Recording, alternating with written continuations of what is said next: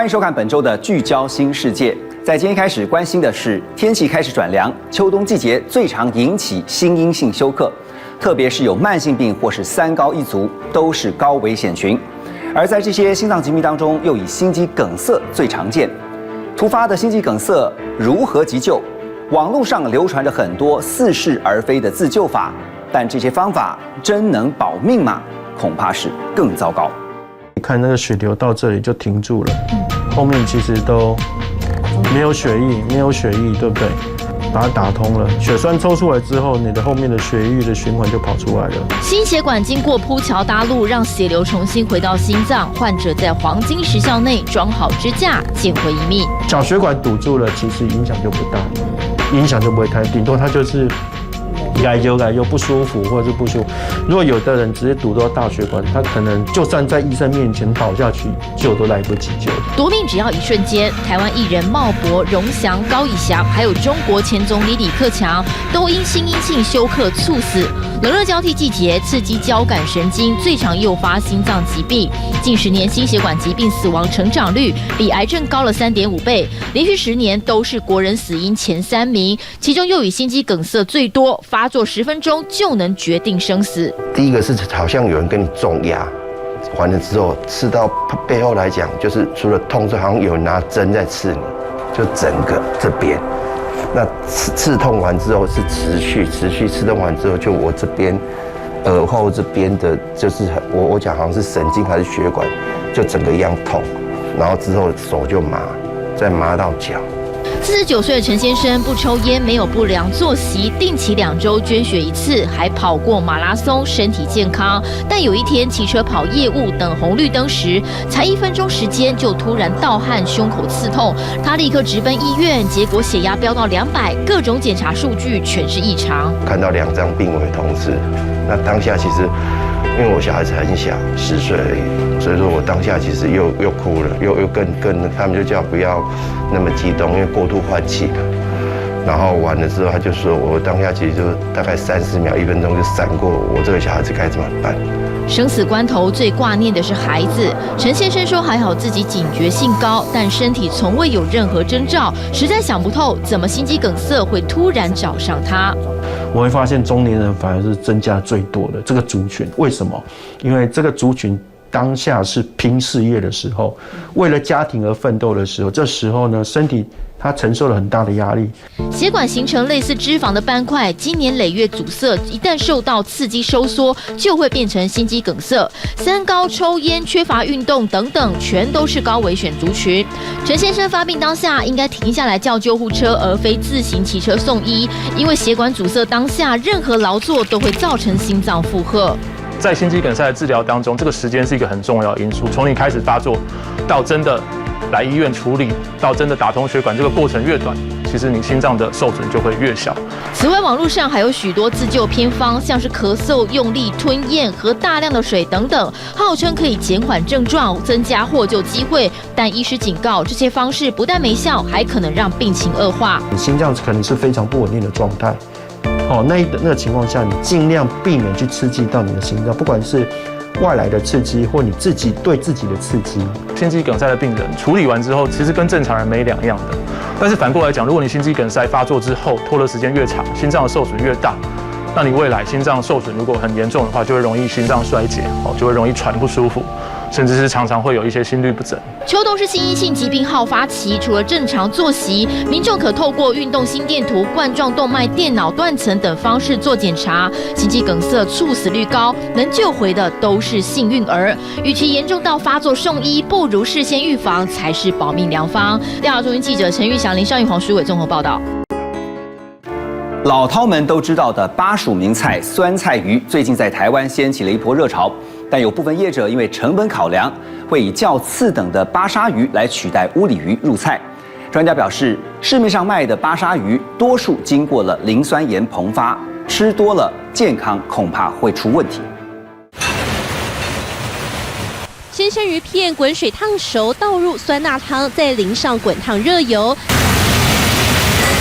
香气立刻窜出。秋冬微凉之际，酸菜鱼火锅在台湾掀起半边天，也让一家又一家不同配方的酸菜鱼名店陆续崛起。只是您知道您吃的究竟是什么鱼吗？连锁酸菜鱼餐厅业者竟然把这些过期巴沙鱼改了标签，再贩售给加盟商。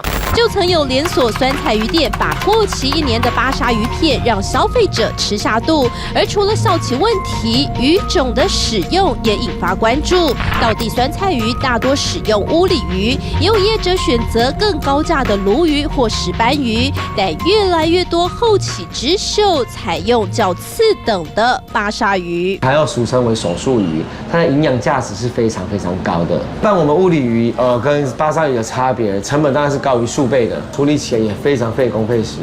一般的业者是比较不会处理这种鱼的。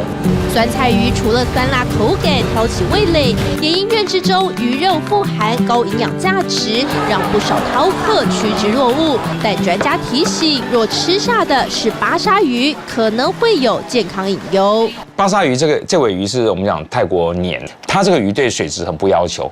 好，所以他们还有比较多卫生安全的疑虑。巴沙鱼属于鲶鱼的一种，多为越南养殖进口，因为体型庞大、多肉少刺，好处理，价格也相较低廉。只是它不止养殖环境引发疑虑，以化学药剂加工膨发更是备受争议。我们实际来到实验室，将2块相同重量的巴沙鱼分别放进磷酸盐溶液以及清水当中，浸泡2小时后，经过磷酸盐膨发过的巴沙鱼，从原本的73.96克增加到了94.53，重量多了2成左右，和泡清水的相比，肉眼就看得出明显增厚。泡过磷酸盐的肉，其实吃起来就会有点 Q 的感觉，主要就是让肉能够抓水吸水嘛。经过化学加工的鱼增大变重，捏起来质感厚实，下锅煎煮还不会缩水，这些特质颇受业者喜爱，但对消费者来说，一点一滴都是隐忧。如果磷酸盐过高的时候，骨骼就会开始脱钙，骨骼脱了钙呢，跑到血液里面的时候，反而会让血液的钙上升，所以会变高血钙。那高血钙，也许会造成血管的脆化。磷酸盐它是一种盐，可是它是个不咸的盐，所以你吃了很多盐，但是你不觉得咸，但它水分很多，所以它本身就没味道了。那没味道就要经过调味。正因对人体有害，食药署订定加工品磷酸盐含量上限0.3%，也明文规定生鲜水产动物原料不允许添加磷酸盐。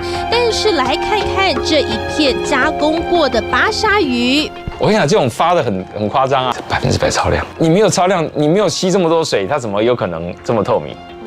市售的巴沙鱼片大多经过膨发，看看包装上的小小标示，大喇喇的就写着含有磷酸盐。法规明定生鲜食品不得添加化学药剂，但实际到卖场甚至网络电商，这些巴沙鱼排、鱼片，通通归类为生鲜区。我们很想问问食药署，这难道没有违法吗？现在一般看到的这种沙巴鱼哈。巴沙鱼，对，它是应该都是属于加工产品，没有错啦。这些加工的产品，有一部分是调制的，那大家看到的也有一部分是生鲜的。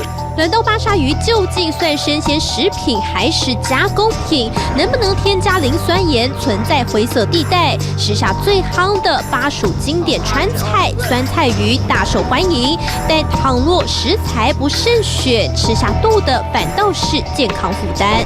调查中心范继文、曾玉欣采访报道。今年7月开始，交通部恢复了民众检举临停，结果引爆了许多的问奖走上街头抗议。虽然说之后又紧急的喊卡，但还是难以消灭怒火。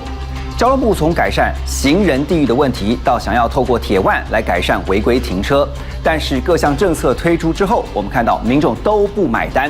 政策推出之后又立刻做修改，到底问题出在哪里？继续带您了解。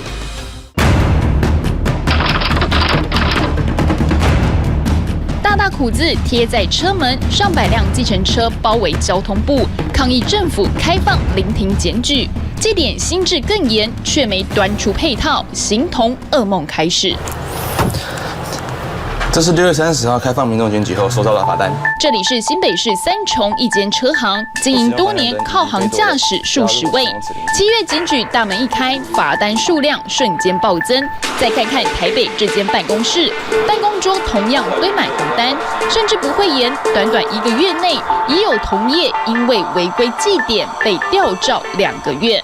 我只要在一张闯红灯，或者是在一张像这样的，只要如果使用此临停，那他就要被迫休息2个月了。那对于全职驾驶而言，这2个月是非常严重的。请问你告诉我这里怎么停？这里是轿车热点呢，这里有个公车站，我就算停在这个红线呐，公车站10公尺，一样被检举。这一天，我们坐上李维尔驾驶的多元计程车，实际观察新制上路后的路况。三重热闹地段4线道短短150公尺，有的计程车闪黄灯临靠路边，有的选择停靠在路口，但往地下一看，全是红线。若这时有客人挥手拦车，在还是不在？我不载这个客人，我下一个客人在哪里？我不载这个客人，我孩子的奶粉钱我要从哪里来？如果每一个客人都是这样的违规，那我不是一天的收入就是0吗？威胁生计却无所适从，驾驶们视新制为恶法，群起反抗。交通部紧急喊出记点暂缓，希望借此抚平民怨。每一个司机平均被记点的部分已经达到了7点到8点，他不敢再开车了。我觉得立法委员完全不专业。你在修道路交通处罚条例的时候，你有没有去看到这些问题？交通部朝令夕改，政策法夹弯，想要平息愤怒，但用路人这把火已经完全燃烧。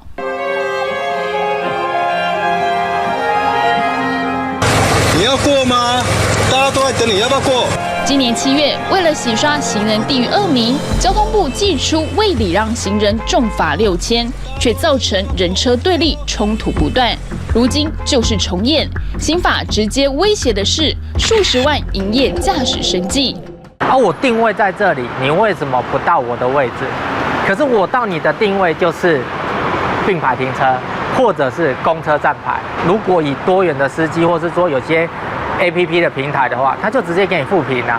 专家点出，要解决驾驶停靠问题，并非仰赖重罚，根本问题出在道路设计，没有足够安全合法停靠站。捷运站前面都会有计程车的那种候客区，那就是定点载客嘛。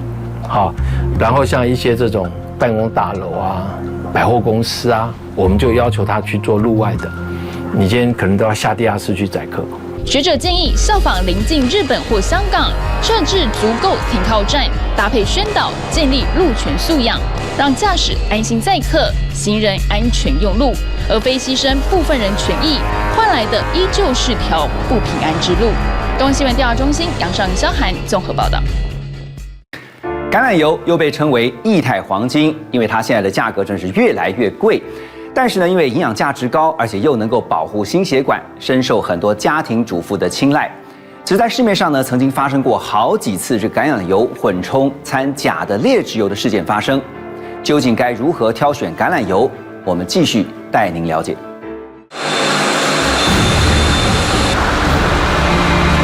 仔细贴上封条，顶新品工厂的油，不管是在储油槽里的，还是成品，我们一定用最高的标准、最严厉的方式来处理。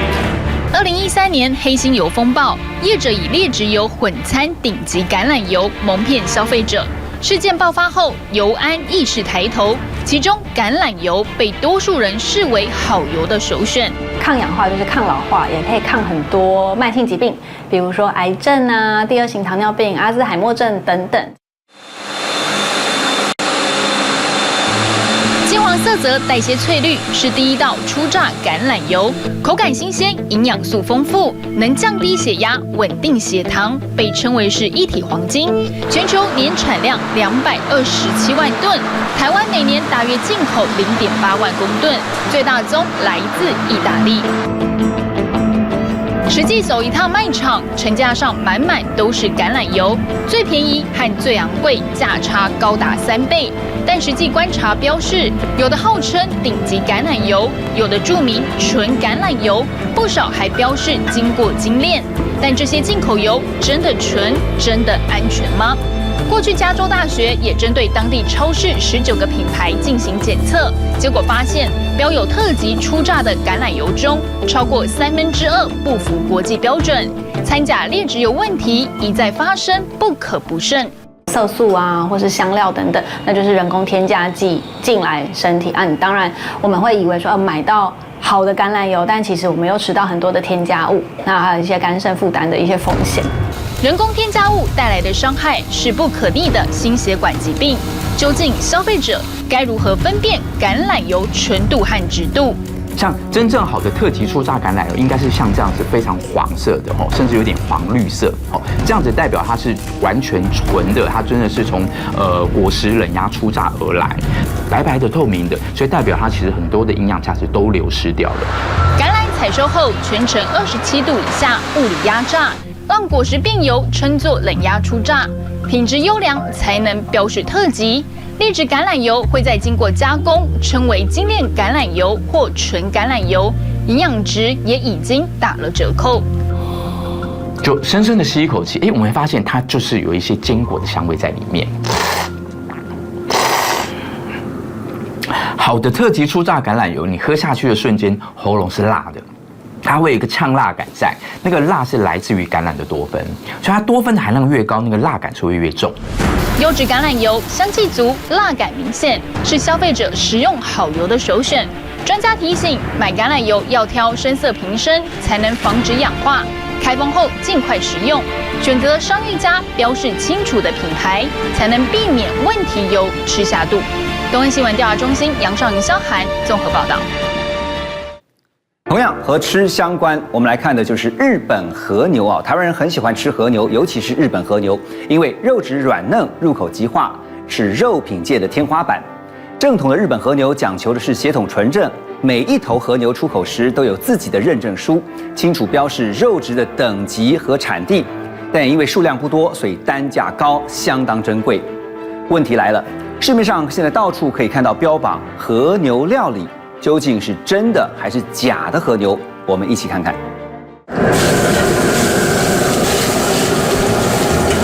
高档和牛在高温下冒出阵阵白烟，一拿出烤箱摆在平价牛排旁边，高下立分。在煎的过程当中，它的整个上色比较焦香的一个面积会比较平均。那像这一块，因为它的肉质，它肉的厚度比较薄，然后油脂分布也比较没有到那么的均匀，没有办法煎得像这一块日本和牛来的煎得那么漂亮。和牛一下锅能逼出肉内的香味，软嫩嚼劲，入口即化，颇受饕客青睐。是传说中的和牛吗？一咬下去，那个肉汁跟油整个会喷出来。一旦尝过，其他肉类相形失色。台湾最熟悉的日本和牛，只有4个品种才有资格称为和牛，分成 A1 到 A5 等级 ，A5 是最高级。2023年，台湾从日本进口超过110万吨公斤和牛，市价破13亿，可见国人有多爱。以目前来说，我看到的数字是大概这1年多2年。台湾基本是进口和牛的全世界第1名。脂肪像雪花一样点缀在肉块，像大理石花纹是和牛最大特色，大小不一，但分布均匀。市面上曾出现做假的注脂肉，拿次级肉品以针剂注入油脂，油花分布密集且不自然，一度引发食安疑虑。而正统日本和牛养尊处优，从小以牛奶跟蛋白质饲料喂养，才能从肌肉里长出天然脂肪，被日本视为国宝。2017年才开放台湾进口，只有30月龄以下牛只才能输入，平均1公斤数千块起跳，数量稀少且珍贵。结果。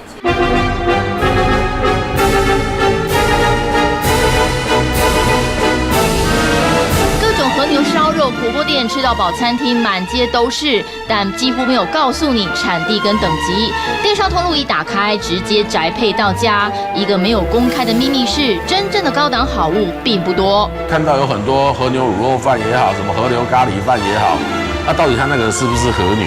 那我会跟你讲说，因为外面的做法有很多，有人会拿它的油脂，就是修下来的油脂，跟比如说跟美国肉一起炒一起，它也叫卤肉饭。一头牛如果有250公斤，只有50公斤属于上肉，因为最精华部位只在上背跟腹部的肋眼、菲力跟纽约哥3大部位。市售许多和牛料理，可能就是从其他经济部位而来，甚至还有混种和牛。早期从日本这边有出来一些，那澳洲这边刚好得到，那刚好买到的这个精子，所以他们靠着这个精子不一直延续在澳洲的养牛事业。在澳洲来讲 ，F1 是属于公和牛的精子搭配母的安格斯牛。美国、澳洲都有生产和牛，全源自于日本。过去有人走私和牛精子，打乱市场行情。但正统和牛外包装都有来自日本编号、品种等级跟产地都有认证书可以比对。行销至上的年代，和牛被过度包装炒作，消费者可得想清楚自己想吃的到底是真和牛，还是背后所附加的商业手段。调查中心林尚玉、黄朱伟综合报道。继续是住的问题。平均地权条例上路后，台湾各地的房市交易量都呈现下滑，不少人预期房价将会下跌，而明年可能会是一个买屋入手的好时机。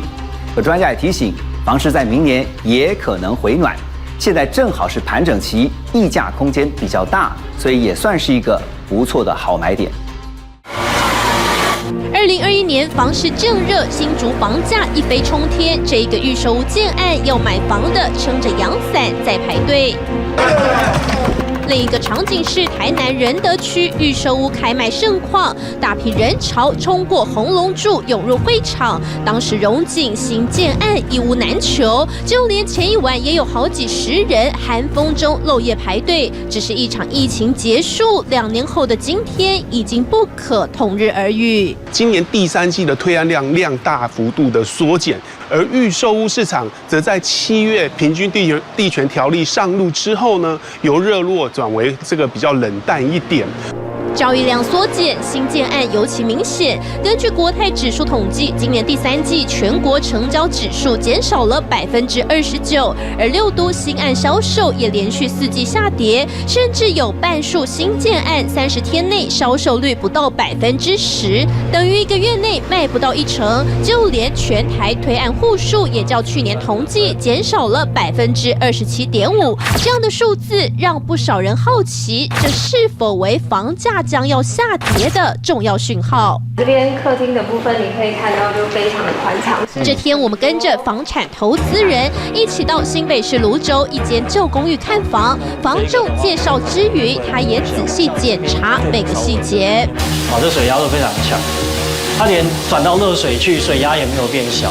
因为通常从水电系统到空间结构，都是未来转手或出租的利润关键。而像这样子看房跑点，是严博志每天的固定行程，他的购物计划丝毫不受房市波动影响。对，我每天都还是会至少都看个1-2间房子，每天就是可能不涨不跌，然后盘整。老实讲，我觉得最近的时机点真的是蛮适合出来看房子的。只是并非多数人都如此乐观。根据永庆房屋第4季趋势前瞻报告显示，有44%的民众认为明年才是最佳购物期，而也有30%左右预期房市会降价。卖方其实对价格还是有一定的一个坚持，但买方会觉得目前是面临供过于求的状况，那么房价应该要有下跌的空间，所以反而就在这样的一个僵局当中，可以看到整个房市还是处于比较观望的一个态势。因为买气转冷的关系，有部分建案已经开始在让利销售，不过让利的幅度大家不要想说会有10%、20%，通常让利了2%、3%已经是业者能接受比较大的一个底线。即便微幅降温，但专家一致认为未来跌幅空间不大。毕竟对建商来说，物料上涨、人力缺工下，成本已然提升。再加上台经院预估明年经济成长率可达3.15%，选后政局对房市干扰也将降低。专家大胆预测，未来房市会慢慢回温。政府呢，在这个打炒房的相关的一些措施，就比较是针对投资客的这个部分来进行着手，所以相对来说，就是目前的一个买盘就会是比较是以自住刚性的这个部分是为主的。政府打房确实在新屋市场击退投资客，同时也祭出青安房贷对首购族释出利多。房产专家普遍认为，此时房价盘整，溢价空间较大，或许也是入手的好时机。调查中心范继文、曾玉欣采访报道。感谢您收看本周的聚焦新世界，我是何荣，祝您平安，下周见。